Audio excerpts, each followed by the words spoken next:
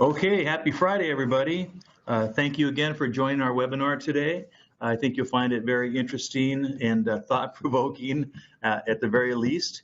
I am the Senior Training Manager for Genie, and today I'm going to share with you some very important information. It's going to have a very dramatic impact on our business, your business, and the industry in general. And that is concerning the latest updates to the ANSI A92 and CSA B354 standards. So aerial work platforms previously fell into four categories: manually propelled vertical elevating work platforms, self-propelled vertical elevating work platforms such as scissor lifts and single personnel lifts, self-propelled booms such as articulating and telescopic booms, and vehicle-mounted elevating work platforms such as trailer-mounted booms.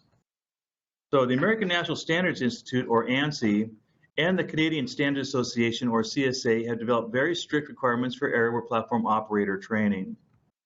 So ANSI A92 has just released their new suite of standards: A92.2 for design, A92.22 for safe use, and A92.24 for training, that supersedes all of their previous standards. Canada has basically released their almost identical suite of standards, although there are a few differences that we'll talk about during this webinar. The Scaffold and Access Industry Association, or SAIA, is the secretariat for the ANSI standards. They publish and distribute the ANSI standards. So those are the key players that we're going to be discussing for the most part throughout this webinar. Now, technically speaking, ANSI standards are voluntary, but I don't want you to get hung up on that because although ANSI standards are voluntary, OSHA often adopts ANSI standards via incorporation by reference. And when these standards are adopted or incorporated, they become part of the OSHA regulation, and therefore compliance is mandatory. So in 1974, OSHA adopted many of the ANSI standards in order to promote safety rules. In this particular time frame, there's only one aerial lift standard, A92.2-1969, for vehicle-mounted elevating and rotating work platforms. Of course, since then, ANSI has created other standards for other types of aerial lifts, and OSHA observes these consensus standards.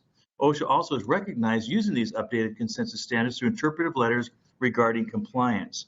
So when you talk about incorporation by reference, it's really very simple. All they have to do is reference a standard in order for them to be able to enforce that standard. So if you take a look at the OSHA fact sheet off of OSHA's website, you can see that it actually references the standards that apply.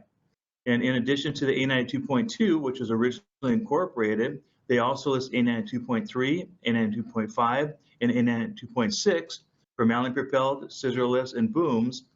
So, of course, when the A92.22 safe use standard and A92.24 training standard are released and enforced, it follows that OSHA is going to enforce those standards as well.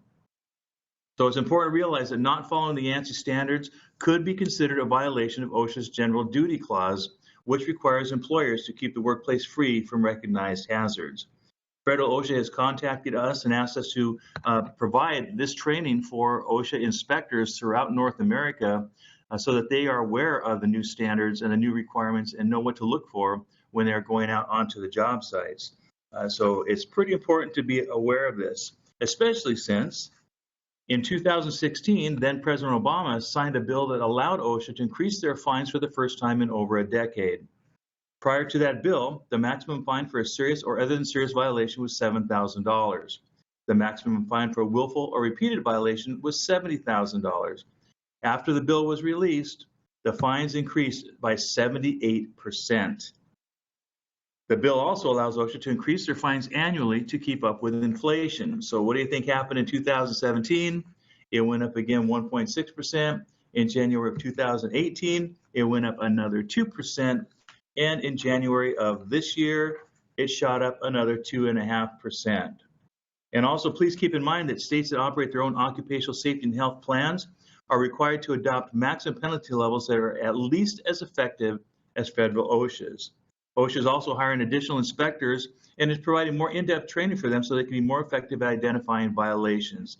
So it's incredibly important that you have a clear understanding of the ANSI standards so you can be better prepared in your daily operations. So there are a lot of aspects to the standards that are changing. So I've condensed this presentation down to the most important things that we believe that you need to know to be prepared for these. So the first question on everyone's mind is, of course, what is changing? And the short answer to that is just about everything. The changes will affect the terminology that we use as well as equipment design. They will impact training in many aspects and how we are familiarized on new machines. And it will affect repair and maintenance personnel and how they become qualified to work on the equipment. The second question is, why are they changing? Well, as most of you know, ANSI and CSA have had their own standards in the United States and Canada respectively. Bringing the ANSI A92 and CSA B354 standards more closely in line with the rest of the world will create greater opportunities for the manufacturers, owners, and users of aerial equipment worldwide. So the new standards will be based on current ISO standards, although there will be some differences that I'll point out during this presentation. This change will allow North American equipment manufacturers, including Genie, to be in closer alignment with global markets like Europe, Australia, and China. Currently, Genie has to manufacture machines for each one of these regions, and those machines cannot be moved from one region to the other because they have country-specific configurations. So the benefit to our customers is that it'll enable them to easily trade new and used equipment throughout in many countries without worrying about country-specific configurations. And from my standpoint as a training manager here at Genie, I believe that these changes will dramatically increase industry safety, and I believe that you'll agree with me by the time we are done with this webinar. And finally, when are they changing? Well, the Canadian standards were finalized and published in May of 2017, although they have been waiting to enforce those standards, and I think they've been waiting for the ANSI standards to be published for that clock to start ticking. Of course, the ANSI standards were finalized and published on December 20th of 2018. So the clock is ticking. And now that the final standards are approved, all aerial equipment brands and manufacturers that serve North American customers have 1 year to comply. And aerial equipment dealers, owners, users, and operators also have 1 year to comply with the safe use and training standards that we'll be talking about today. So today we will be talking about upcoming changes to equipment terminology, equipment design standards, safe use and planning requirements, risk assessment planning requirements, training, and maintenance and repair personnel requirements. So there's a lot of stuff for us to cover, and I'm going to start with equipment terminology. The term aerial work platform that we've all loved and appreciated for so long is going away. And we will now be using the term mobile elevating work platform, which has been used in Europe and other areas of the world for the past 15 years. So along with the term mobile elevating work platform comes a new acronym. Instead of AWP, we will be calling aerial equipment MEWPs. So MEWPs are taking over the world, and we're going to have to get used to that. It doesn't roll off the tongue. Also, instead of the previous 4 categories of AWP that I mentioned at the beginning of this presentation, we will be using a new set of classifications. MEWP classifications are made up of a combination of 2 key distinguishing descriptions, a MEWP group and an associated MEWP type. And I'll discuss that in more detail. So begin with MEWP groups. A MEWP group is determined by where the platform location is in reference to the tipping line, which is either at the wheels or the outriggers. So a Group A machine has a design to not allow the main platform to extend beyond the tipping line. And when I say main platform, that does not include the extension deck on a scissor lift. In other words, the platform does not go outside of the drive chassis envelope. So a perfect example of a Group A MEWP would be a scissor lift. Conversely, a Group B machine has a design that does allow the platform to extend beyond the tipping line. Great example of a Group B machine would be an articulating or telescopic boom.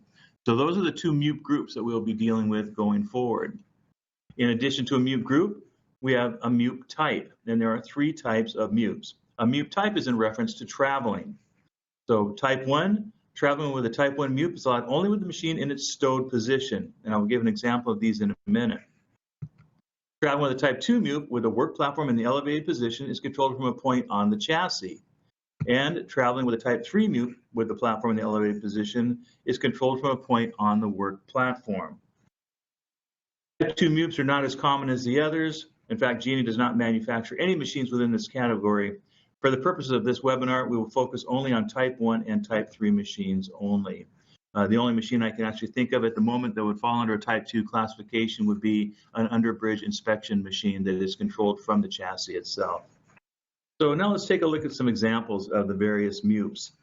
Again, with a type 1, travel is allowed only with the MEWP in a stowed position. So a great example of a Type 1 Group A or a 1A MEWP would be manually propelled vertical lifts. The platform never extends beyond the tipping line, and the machine is designed to only be moved with the platform in the stowed position. Trailer-mounted booms are perfect examples of a Type 1 Group B or a 1B MEWP. The platform is designed to extend beyond the tipping line, but the machine can only be moved with the platform in the stowed position.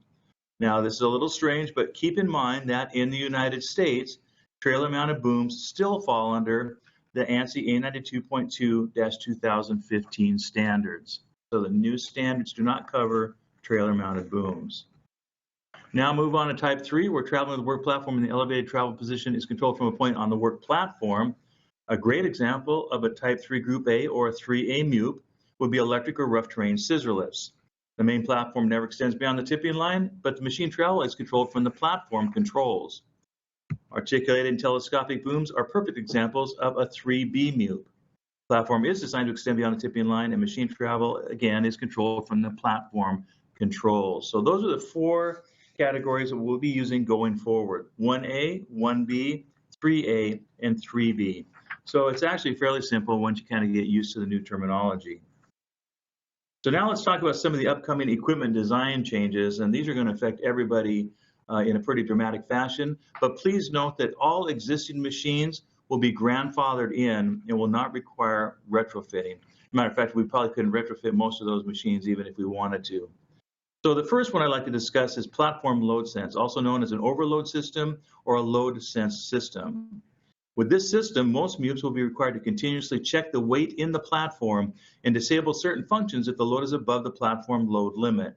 Both an audible and visual alarm will alert the operator that the platform has been loaded above the machine's load limit capacity, and drive, steer, and lift functions will be disabled until the weight is brought to within capacity limits. So while many manufacturers may simply put load sense on their existing machines, Genie has made the decision to create an entirely new family of products to meet this design requirement, the Genie XC Extra Capacity Boom family.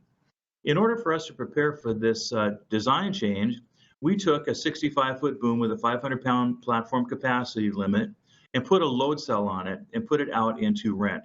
And the only thing the load cell was doing was recording how much weight was in a 500-pound capacity machine. When we received the machine back and we downloaded the data, 80% of the time there was over 600 pounds in that platform. So people are knowingly or unknowingly overloading these machines. So with our new XC product family, these machines have an increased platform capacity of 660 pounds unrestricted range of motion and up to 1,000 pounds of restricted range of motion, all automatically envelope controlled. The operators won't have to do anything. The machine will automatically move within its proper range of motion based on how much weight is in the platform. This increased capacity will also allow up to 3 occupants in the platform, depending on the application. So as we've been introducing new models, such as the machines listed here, this technology is already designed in. And I'd also like you to note that up to this point, any machine with a 5-foot jib on it has automatically been a 500-pound platform capacity machine. Now today, with Genie's XC machines, even the machines with jibs on them will have the 660 to 1,000-pound range of motion capacity. So we will be launching additional machines throughout the rest of this year in the most popular rental sizes. And of course, by the end of this year, Genie and all other manufacturers have to have all of their machines meeting these new standards. So the next one I'd like to discuss is dynamic terrain sensing. This system will ensure that when the machine moves out of its slope limit, drive and certain boom functions will be disabled and machine functions will be restricted only to those that safely return the machine to terrain that is within limits. So current electric scissor lifts already have this design. If you drive an electric scissor lift up onto a slope, the tilt sensor sounds the alarm in the platform, your lift function, your drive function, your steer functions are all disabled, and all you can do is come down and move to a firm level surface. On existing booms today, however, if that tilt sensor sounds an alarm in the platform, the operator can continue to elevate, drive, rotate, and put themselves in a very dangerous situation if they're not careful. With this new system, your lift, drive, and steer functions will also be disabled. So this new design feature will not allow that to happen. The new standards will also provide provisions for indoor-only machines, and this will allow for the development of smaller, lighter weight MEWPs bearing an indoor-only rating. These MEWPs cannot be used in any conditions where they might be subjected to any wind. That means they can't even be used in a shop with a bay door open. Now, these machines may have the potential to be lighter than outdoor machines, have higher platform heights at the same weight as an outdoor machine, or be narrower at the same height as an outdoor machine. But they can also create serious issues if not managed. Every manufacturer will have to determine how they're going to meet this requirement. Some manufacturers we know are simply going to label their machines as indoor-only machines. However, that's not very realistic when you think about it. So Genie has elected to take a different approach and will place on our scissor lifts an indoor-outdoor switch that will limit the machine's maximum platform height when the outdoor mode is selected. Again, this is just one more reason why machine-specific knowledge is going to be critical for your counter, technical, and sales personnel. So when you go to elevate in a Genie electric scissor lift, the lights will start flashing and will force you to select either indoor or outdoor mode. For example, on a GS 1930 scissor lift, if you select indoor mode, you'll still have 19 feet of lift. If you select outdoor mode, your lift will be limited to roughly 16 feet. You will still have the same platform capacity that will not be affected, but the overall height of the machine will be limited. So your counter people will have to ask a lot of questions if they might be using this machine outside. A 19-foot scissor lift that may have worked in the past may have to be a 26-foot scissor lift in order to be able to reach those same working locations. The new standards will also require toe guards on work platform entrances. They're also going to prohibit the use of chain gates or other flexible gates in favor of swing gates. Now, the benefit of a swing gate, the toe board moves with the swing gate. So when you open the gate, the toe board moves as well. Now, one issue that everyone's going to have to really be aware of is that platform guardrails are going to have to be raised on some of the smaller scissor lifts. This will especially affect 19-foot scissor lifts, as their rails will have to be increased as much as 2 to 4 inches. That means that they will now be fitted with folding guardrails and will no longer have the ability to drive through a standard doorway. And please keep in mind that all these machines will now be mixed in with the current machines and will look the same, but will behave very differently. So it'll be critical that operators receive machine-specific familiarization even on models of the same brand. If an operator is used to drive in a GS 1930 scissor lift manufactured in 2017, and they get on a lift that's manufactured in 2019, late 2019 or 2020, they're going to be in for a surprise because a lot of things are going to be changed on this equipment. You're also going to see some reduced lift and lower speeds on some models. That will be pretty much transparent to the operator. And again, these are just some of the changes that will occur when these standards take place. But I believe a lot of you can already recognize how this is going to create some issues out there for the next 8 to 10 years while we have a mix of the older models and the new ANSI compliant models. There's going to be a lot of issues that are going to be popping up when these machines stop working and the operator doesn't understand why they're doing so. Okay, so as you may be aware, ANSI has identified the responsibilities of all entities associated with MEWPs as it relates to the safe use of the equipment. And CSA is now going to align similar requirements within the Canadian standard. So in the ANSI manual of responsibilities, they've always focused on the manufacturer, the dealer, the owner, the user, and the operator. And as you're going to see in the new standards, both standards writing bodies will be placing additional emphasis on the user, which is most commonly the employer. So everything I'm going to talk about going forward will affect every single one of us. It will affect Genie, every manufacturer out there, everybody listening to this webinar, anybody who employs another individual will be affected by this. So why are they focusing on the user and not the owner? That's a question I get quite often. So let's say as an example that 123 Equipment rents a MEWP to ABC Construction. At that point, 123 Equipment, the owner, has no control over who operates the machine or the conditions in which it will be operating. Only ABC Construction, the user or employer, has a daily interaction with the machine and those who operate the machine. And that's why all these responsibilities are being placed on the user. Now remember that in certain situations, 123 Equipment may also be considered a user. If their employees are involved in the operation of the machines, for example, loading and unloading trucks, positioning machines, performing repair and maintenance work, so on and so forth. So they would be responsible for complying with the standards for owners, users, and operators. Okay, so to begin, we're going to talk about safe use.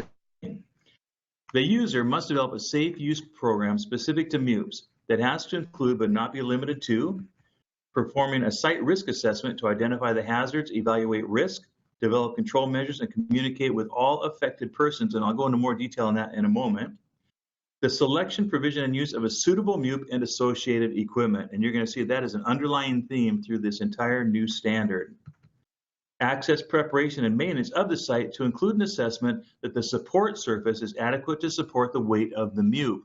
And the reason that is in the new standard is a lot of operators will go out there and do their workplace inspection, and they identify overhead obstacles, electrocution hazards, pedestrians, vehicle traffic. What they're not thinking about is what's under the ground. And you drive a 40,000-pound machine over a manhole cover that was just recently buried, there's a good chance that that's going to cave in and that machine's going to go over. So now that has to be part of your site risk assessment before you even move the machine to that location. The safe use plan also has to cover MEWP maintenance, including inspections and repairs as required, and we'll talk about that. Has to inform the operator of local site requirements and warn and provide the means to protect against identified hazards in the area where the MEWP will be operated. A new requirement here, you have to have a trained and qualified supervisor to monitor the performance or the work of the operator to ensure compliance with the provisions of the standards. And this supervisor must document these observations, and those documents must be retained by the user. Has to cover prevention of unauthorized use of the MEWP, and it even has to cover safety of persons not involved in the operation of the MEWP. So this safe use plan is pretty critical to the new standards, and it covers a wide range of activities, as you can see. And this plan has to be developed and documented, and everybody must be trained to it before operations begin. So let's take a little bit more of a look at the risk assessment. The risks associated with the task specific to MEWP operations have to be identified, and these might be associated with the location where the work is to be carried out, the nature of the MEWP or the personnel, materials, and equipment to be carried. Once the hazards and risks involved in the task have been identified, the procedures and measures required to eliminate or mitigate them must be identified and implemented. The risk assessment results are used to plan safe work procedures, including any contingencies required in carrying out the identified tasks. And rescue planning, which is a new requirement, is a necessary component of a risk assessment when working safely at height. There are situations that require prior planning to ensure a safe and timely rescue, and I will talk more about that on the following slide. The user is responsible for communicating the results of the risk assessment to all parties involved. So before a job starts and periodically throughout a long-term job, the risk assessment must be reviewed to determine if any components of the task or the work environment have changed and the effect that it could have on the safety of the operation. If any modifications to the risk assessment are required, these must be communicated to everyone prior to resuming the job. So Genie has developed a safe use plan guidance document that provides a lot of guidance on risk assessment planning and other aspects of the requirements that I will be discussing. So the safe use plan guidance document has explanations, examples, and templates that you can use right away. So you won't be starting from scratch. We've taken you quite a ways through this and providing some wonderful tools to help you meet these new requirements. So as I mentioned previously, rescue plan is a new requirement in the standards. The user has to develop a written rescue plan that will be carried out in the case of machine breakdown, platform entanglement, or fall from the platform. The plan has to be put in writing and become part of your company's training manual. Everybody must receive training that explains the procedures to follow if they fall in a weight rescue or witness another worker's fall. Right now, out on a lot of job sites, if an individual gets catapulted out of a boom and is hanging there, most people will not have any idea what to do. And the longer that individual hangs there, the more danger they are of getting suspension trauma and potentially even death. So this plan has to limit the time that a properly restrained worker hangs suspended in the air. OSHA states that after 15 minutes, your blood will begin pooling in your legs and you will suffer some suspension trauma, followed by death within about 30 minutes. ANSI says that you should reach a fallen worker within 6 minutes. So it is very critical that this plan is put into place. So rescue plans can include self-rescue by the person involved, and I'll give you an example of that. Assisted rescue by others in the work area, which is going to be more common, and technical rescue by emergency services. So why are rescue plans so important? I'd like you to take a look at this picture. This picture was at Universal Studios Volcano Bay construction incident in Orlando, Florida. The overloaded machine broke, and dumped all 3 workers out of the platform. If an operator worker fell during this event, they would have fallen over 100 feet through open construction sections and beams to the concrete floor below. The ground controls were no longer functional on this machine after this incident. After attempting to reach the fallen workers with other aerial platforms that they had on site, only to find that they were too short, they contacted the local fire department. Unfortunately, the ladder truck was also too short to reach them. They then contacted Walt Disney World, who had a Genie SX-180 on site. They loaded it onto a truck and transported it to Universal Studios and rescued the men one by one in a mid-air rescue. It took well over an hour for the rescue to be completed by first responders. The men were transported immediately to the hospital, where they were admitted with life-threatening injuries and were frankly very lucky to have survived. So when Bob Whitfield, the safety director for Walt Disney World, shared this picture with us, we asked them, if you only have one SX-180 on your site, what is your rescue plan if something were to go wrong with that machine? And he's the one that introduced us to these self-rescue devices. Now, Genie does not endorse third-party products, but if I learn about a product that I didn't know about, but I think it's very important, I'm also going to share that with you. I want you to know about it as well. So self-rescue systems come in a variety of styles that can assist the operator in lowering themselves to the ground, such as the system shown here. They're relatively affordable packs that mount onto your existing fall protection harness. The one shown here is a 50-footer. This one is also available in a 100-footer. So in the event of a fall, the operator simply pulls a ripcord and the system will provide a controlled descent at roughly 3.5 feet per second up to 100 feet, where they can be rescued by smaller aerial work platforms or even drop themselves to the ground if they're only working 100 feet above the ground. This system is relatively affordable. I actually purchased one for myself and for my entire training team, and we use these in all of our train-the-trainer courses. Now, a less expensive and very critical aspect of rescue plans, and I think this should be standard equipment on everybody's harness, are trauma suspension straps, like the one shown here. These assist a suspended worker by relieving the pressure on the harness leg straps to allow continued circulation until they're rescued. You simply drop down the strap, hook them together, step into the stirrup, and straighten your legs, and that allows the blood to flow smoothly through your legs while you are waiting to be rescued. They're extremely affordable, and these should be a consideration in every rescue plan. Assisted rescue by others in the work area will most often be done by lowering them from the ground controls. So it's crucial to ensure that everybody in the area have been familiarized to operate the ground controls in an emergency situation. That's going to be your number one line of defense. If an individual is stuck up in a machine or they get catapulted out and they're hanging there, everybody should know how to lower that individual to the ground using the ground controls. Now, for some reason, if the primary controls are not functioning, they should also be familiarized on how to use the auxiliary or emergency controls so that they can use that. That system usually is powered by a separate motor and pump that runs off the starter motor. It's a completely separate system from the main system.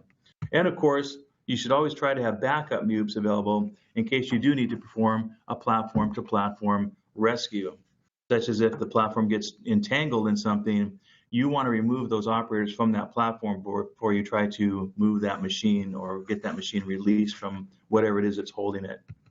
And then technical rescue by emergency services. In some cases, it may be necessary to contact the local fire department and have them come out with a ladder truck to rescue an injured or stranded operator. Now, keep in mind that ladder trucks are typically limited to 100 to 160 feet, so that has to be taken into consideration. A lot of booms out there are 180 feet now, so in extreme cases, you might have to think outside of the box and utilize less conventional methods as seen here. The bottom line is, if you're going to send them up, you must have several methods of ensuring that they are able to come back down safely. Of course, Genie is also here to provide guidance and resources on the creation of a rescue plan. So again, you don't have to start from scratch. Some great explanations of the different types of rescue systems that are out there, how to plan for that, and even a worksheet that you can use to train everybody on site on what to do if they do experience this type of an event. So let's talk about operator training. Operator training will remain very much as it is today with a few additions. The training must cover proper selection of the correct MEWP for the work to be performed. Remember, as I said, this is kind of an underlying theme throughout all of this. And the reason that they're adding this in and making such a point of this is a lot of times operators will simply grab whatever MEWP is available and try to force it to meet the application, and oftentimes it's not the right machine. And that's why you'll find operators standing up on the mid rails or on the guardrails or leaning over the platform or doing things that are even worse than that, but put them at risk. So it also has to cover how to perform a workplace risk assessment, including rescue planning. The training must also cover occupant training or occupant instruction, which is a new requirement, and I'll discuss that in more detail in a moment. And although ANSI and CSA are becoming more similar to the international standard, as I mentioned earlier, there are still a few areas where there will be differences. For example, in the United States, ANSI will allow qualified operators who have already received proper training and are qualified to operate other aerials to self-familiarize on machines within that classification that they have been trained on. In other words, if a trainer trains you on a Genie Z45 articulating boom, they will sign you up on classification 3B. If your employer allows it, and only if your employer allows it, you can now self-familiarize on other machines within that classification and operate that equipment legally.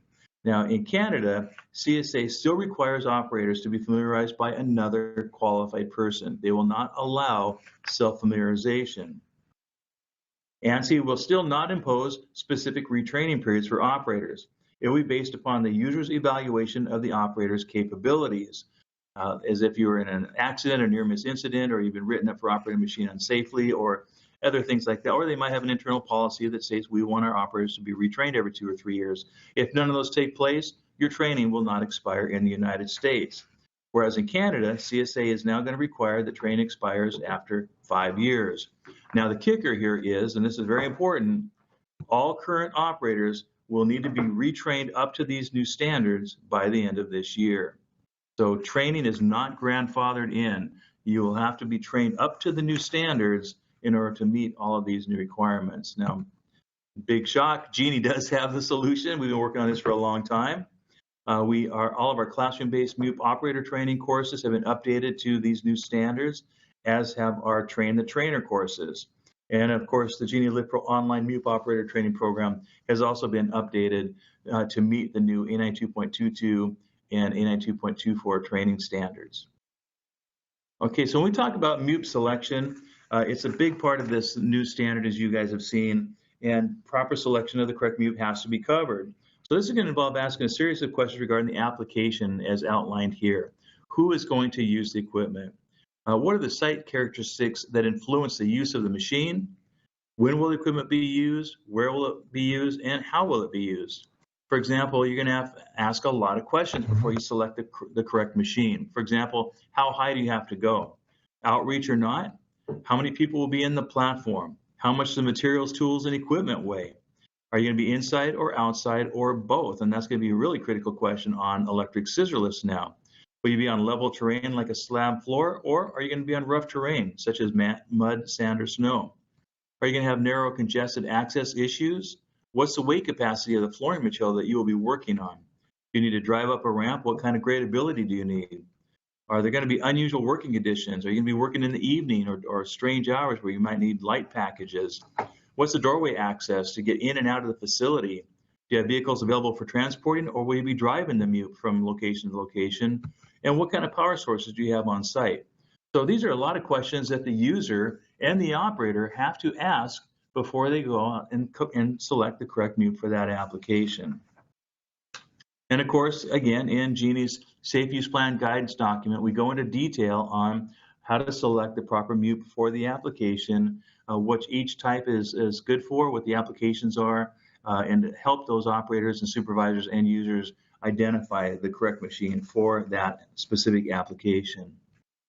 Now, another new requirement in the United States only, ANSI is requiring that the user has to ensure that all personnel that directly supervise MEWP operators are also trained in the following areas. Proper selection of the correct MEWP for the work to be performed, again.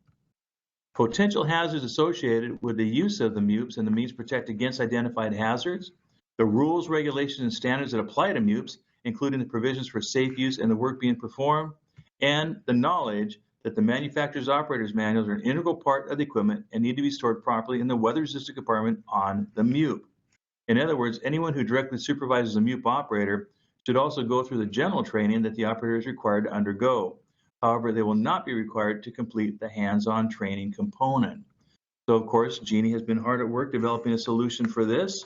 We do have the Genie Lift Pro classroom-based MEWP supervisor training course ready to go. We also have the materials if you would choose to do your own training on site for your supervisors, or if you'd like to provide this training for other customers. And then the Genie Lift Pro online MEWP supervisor training has also been developed that will allow supervisors to sit down, take the course in roughly 2.5 to 3 hours, and it will print out a certificate of completion that they have their employer sign, and that is their proof that they've completed this supervisor training. So we're trying to create as many tools as we can to help you meet these new requirements simply and effectively, and the sooner we can do this, the better. Okay, so another major addition to standards is occupant instruction. The MEWP operator must ensure that all occupants in the platform have a basic level of knowledge to work safely on the MEWP. So either the operator has to provide this instruction or they have to ensure that these occupants have already received this instruction. So they have to cover the requirement to use fall protection and the location of the fall protection anchors and why you use fall protection equipment. They have to talk about factors, including how their actions could affect the stability of the machine. They have to talk about the safe use of any of the accessories that they're assigned to use before they can even go up in the machine. Any site-specific work procedures that they have to follow related to the operation of the MEWP. They have to discuss the hazards related to the task at hand and how to avoid those hazards. They'll have to get out the operator's manual and go through the manufacturer's warnings and instructions, and at least one of the occupants must be provided with the knowledge to operate the controls in an emergency situation where the operator cannot. So again, this is not a very quick 2 or 3 minute discussion. This is a pretty detailed discussion that has to take place before they can even go up in the air. So of course, Genie does have the solution that we've been working on for a while. Now this is a one-page document that is a platform occupant instruction sheet, and it can be laminated and placed in the weather-resistant compartment with the operator's manual. That way the operator can just grab that, pull it out, and have easy access to the required information every time they need it, and that will help them ensure compliance with meeting these new standards. Okay, and finally, users have to ensure that all maintenance and repair personnel are trained by a qualified person to inspect and maintain the MEWP in accordance with the manufacturer's recommendations and ANSI and CSA standards.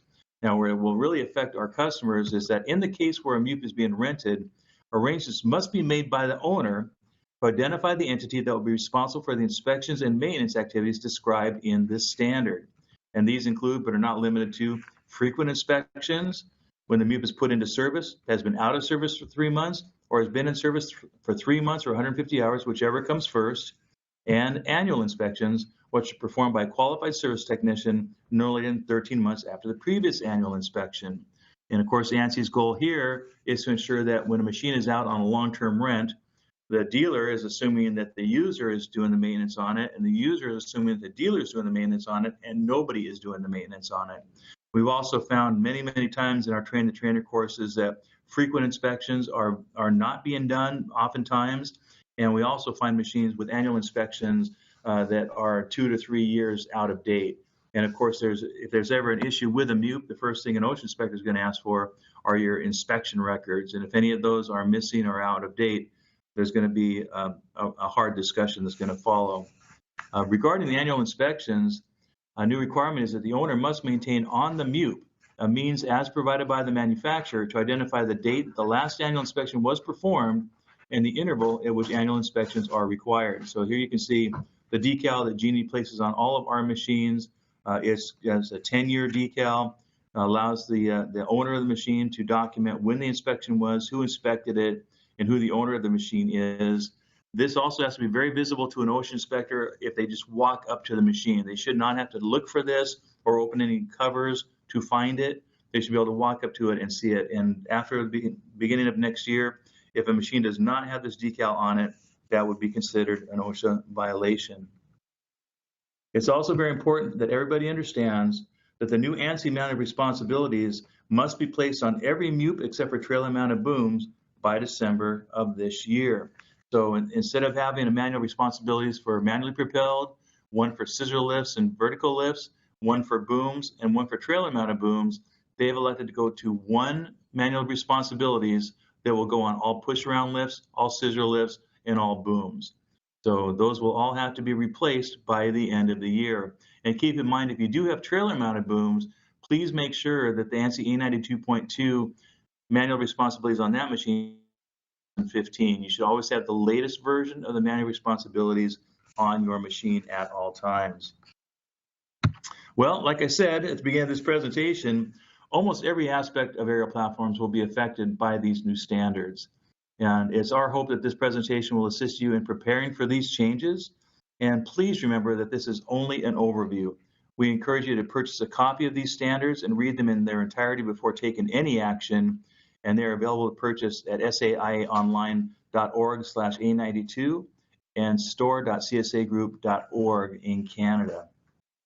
You can also find additional information at Genie's ANSI A92 webpage at genielift.com/A92 or at the Genie Aerial Pros website under the MEWP standards section at aerialpros.genielift.com.